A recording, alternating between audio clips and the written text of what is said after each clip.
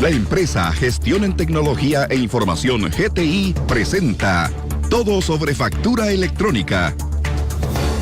Hola Fede, buenas tardes nuevamente a usted y a toda nuestra audiencia. Y bueno, sí, son proyectos de ley que yo creo que la mayoría de Costa Rica entiende por qué se toman. De hecho, creo que era justo ya de que se tomara alguna decisión.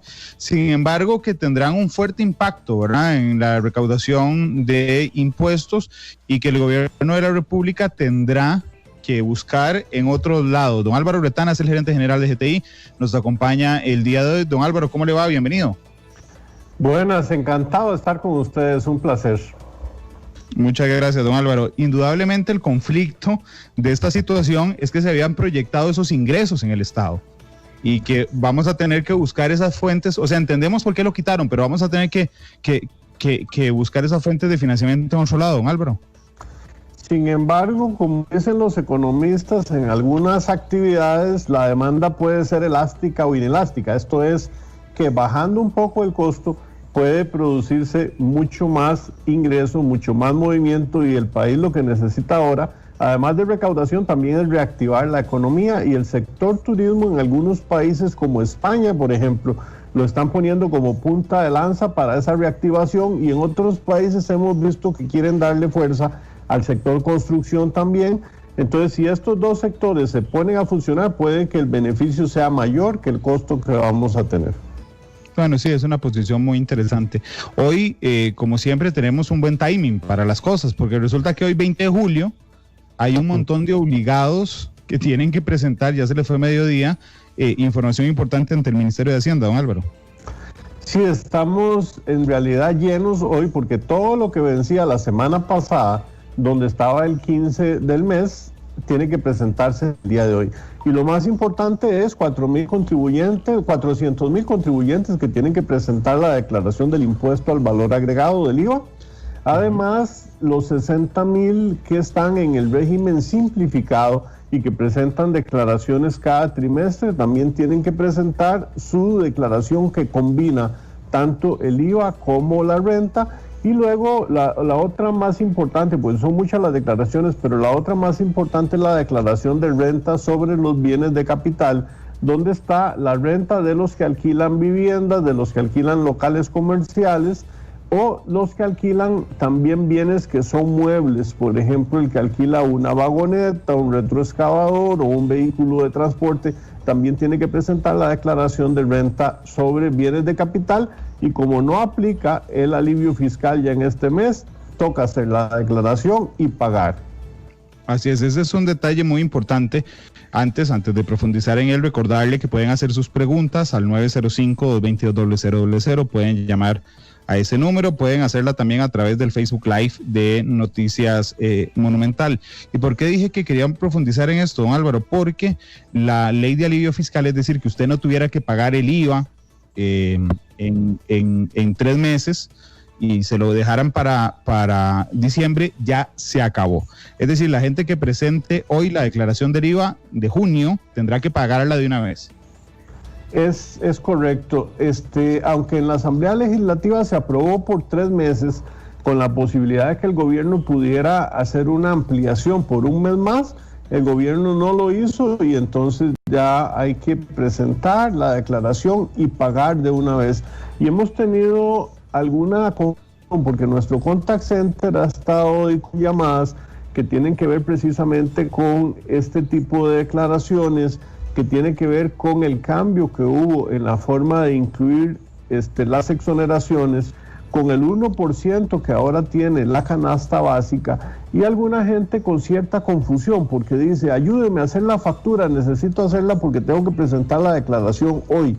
Eso me gustaría aclararlo, porque en realidad las facturas que se hagan el día de hoy, o notas de crédito, notas de débito, nada tienen que ver con la declaración que se está presentando.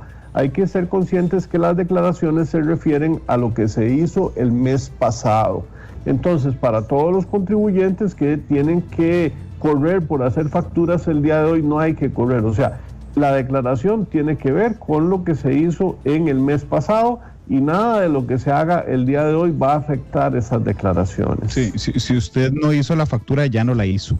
ya no la hizo. Tiene que hacerla ahora y se va a presentar con lo de este mes, pero no va a cambiar la declaración del mes pasado. De hecho, don Álvaro, entendiendo, la complejidad de los tiempos que estamos viviendo, debe haber un montón de gente que se gastó lo que recaudó de impuesto al valor agregado, ese 13%, práctica que no es la correcta, pero que la dinámica real nos podría enfrentar a esa situación. Si usted no tiene plata para pagar el IVA hoy, ¿qué es mejor?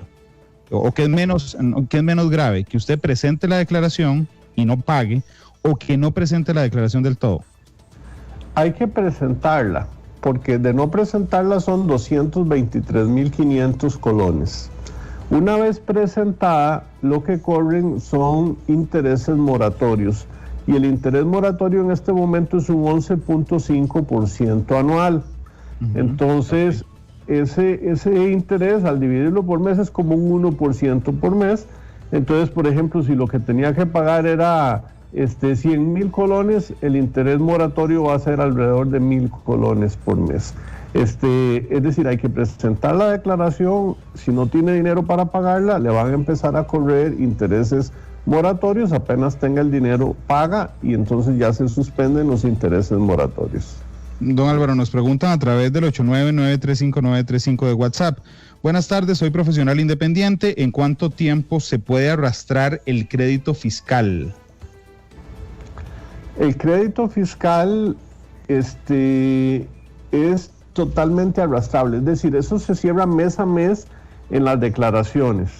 En las declaraciones uno puede que tenga un crédito a favor, es decir, pagó más impuesto de lo que se ganó. Y eso lo va arrastrando en las declaraciones una tras otra hasta que lo pueda aplicar por un periodo máximo de 3 años. Don Álvaro, en Facebook Live Alan Alpizar hace un comentario que a mí me llama mucho la atención, porque dice Alan: con estos proyectos de ley se espera una reducción en los costos de construcción y los costos de servicios turísticos. Y yo, con el debido respeto, y le pido a usted su opinión, creo que no. Simplemente no serán más caros, porque lo que venía era a sumarse, digamos, el IVA a esos servicios, pero no estaba vigente. Bueno, estaba vigente desde el 1 de julio, pero antes no estaba vigente. Es decir, yo no podría esperar una disminución en los costos mañana porque les han quitado el impuesto, porque es muy reciente aprobación. ¿Usted qué considera?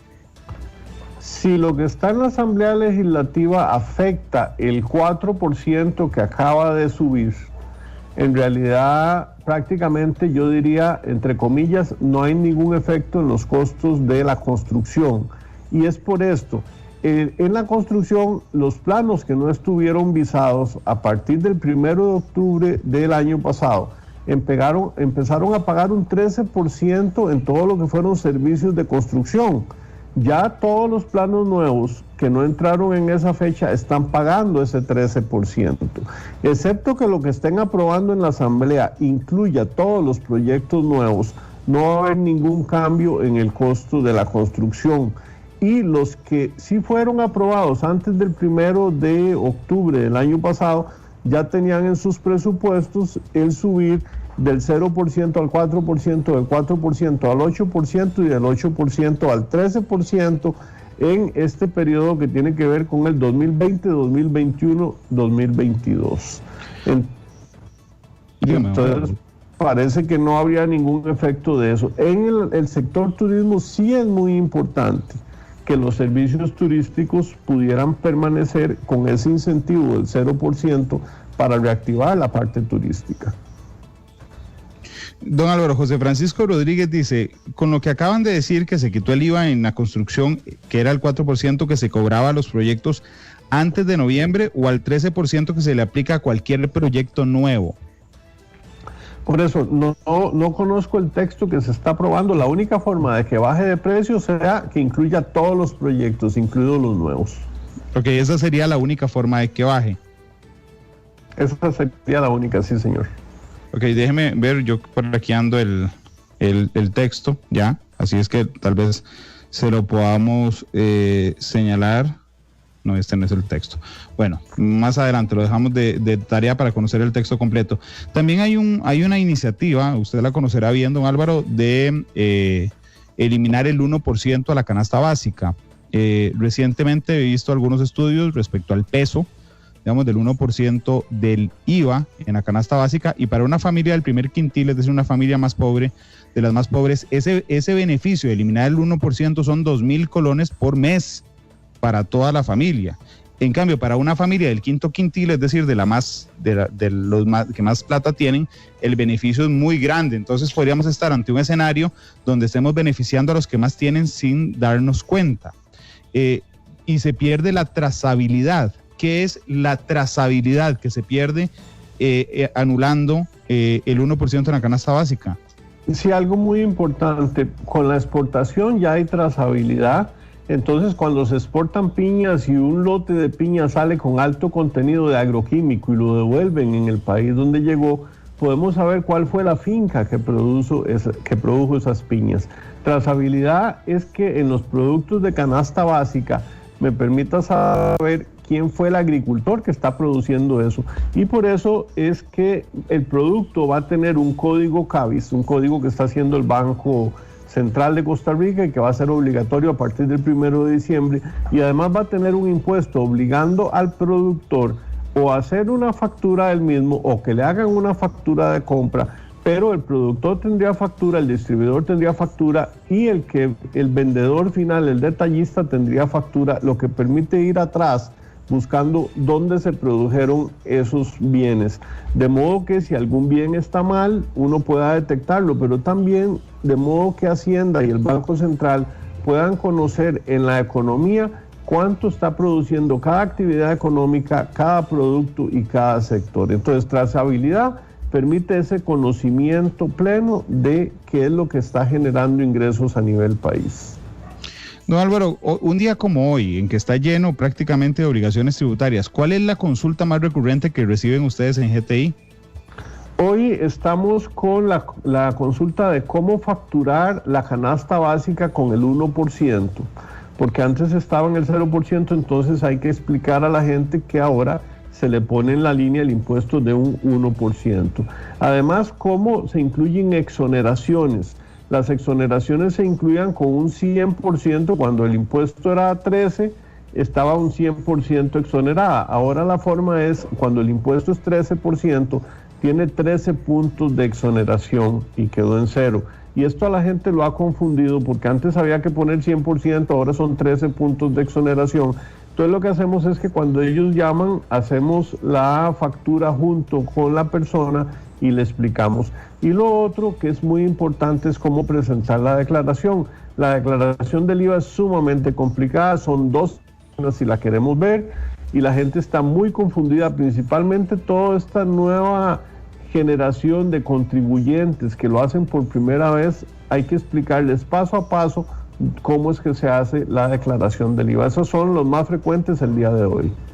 Ok, yo quisiera recordar que GTI brinda atención 24/7 a través de la línea telefónica 2105-4400. También tienen un WhatsApp que es el 6128-6044, pero además ustedes dan capacitaciones, no, Álvaro, supongo que han tenido que adaptarlas en momentos de pandemia, pero en medio de su plan de responsabilidad empresarial, don Álvaro. Sí, y ha sido interesante, la gente se conecta en línea y tenemos participaciones de 30, 60, la que hemos tenido más grande fue la explicación de cómo incluir las exoneraciones con el cambio que hubo, que se nos apuntaron 600 personas para el curso, al final en vivo estuvimos casi con 300 personas, y ahora vienen las del código CABIS que están muy solicitadas, porque el código CABIS es algo bastante difícil que vienen adelante. Don Álvaro, le agradezco mucho estos minutos en que me ha ayudado a mí, a los oyentes y la audiencia completa a entender mejor lo que pasa hoy y todas las preguntas que tenía la gente respecto a los temas fiscales. Don Álvaro, muchas gracias. Para servirle, un placer estar con ustedes.